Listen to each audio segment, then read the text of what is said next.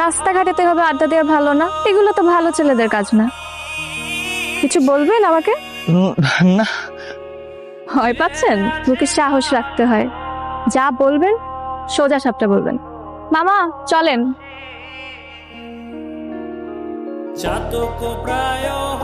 এদিকে আসেন, দাঁড়ান, রিক্সায় উঠেন।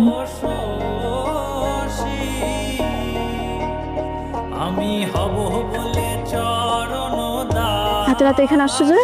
আমার আপনাকে দেখতে খুব ইচ্ছে করছিল।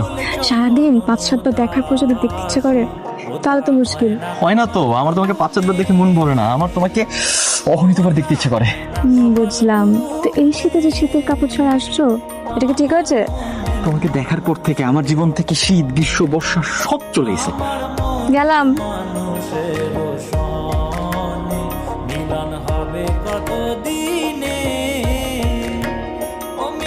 কেন আসছি?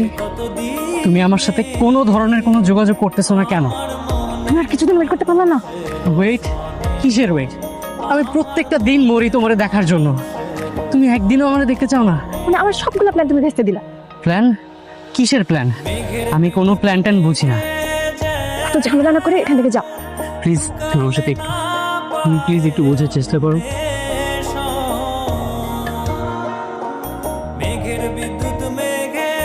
আচ্ছা, তুমি শুধু শুধু এরকম মারামারিতে জড়াতে গেলে কেন? আমার সামনে পৃথিবীর কেউ তোমাকে বিরক্ত করতে পারবে না।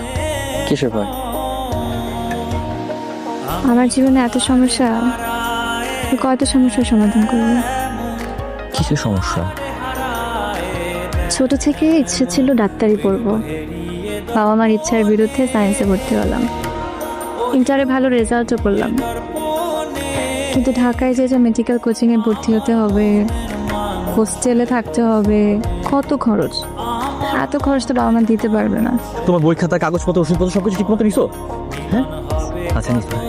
আচ্ছা শুনো না, তুমি ওখানে গিয়ে কই থাকবে? হ্যাঁ, যার সাথে থাকবে সাথে কথা হয়েছে? হ্যাঁ, বলছো তাহলে সবকিছু? হাজবেন্ডের সাথে কথা বলে রেখেছি। আচ্ছা হ্যাঁ, ওকে বন্ধুর বাসর ভালো, খুব ভালো। আচ্ছা শোনো না, ওখানে কিন্তু অনেক মানুষ থাকে বুঝছো, হ্যাঁ অনেক গাড়ি ঘোড়া থাকে, তুমি একদম ভয় পাবা না। আর একটু দূরে দূরে পুলিশ থাকে বুঝছো, যদি ভয় পাও সাথে সাথে ডাক দিবা, ওরা চলে আসবে তোমাকে হেল্প করবে। একদম ভয় পাও না, একদম চিন্তা করবা না। তুমি শুধু সময় মতো খাবারটা খাবা, যদি তোমার খারাপ লাগে তুমি ওষুধ খাবা, আর হচ্ছে একদম মনোযোগ দিয়ে পড়ালেখাটা করবা, বুঝতে পারছো?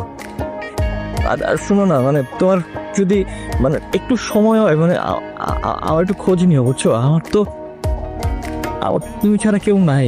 তোমার আজকারা পেপে আজকে ওই অবস্থা হয়েছে। তুমি জিজ্ঞেস করো, আমার সারা জীবনের সঞ্চিত টাকা দিয়ে তোমার জন্য গয়না কিনেছিলাম, সেই গয়না নাই। আরে বেটা, জুই কই গেছে সেই ডাকো।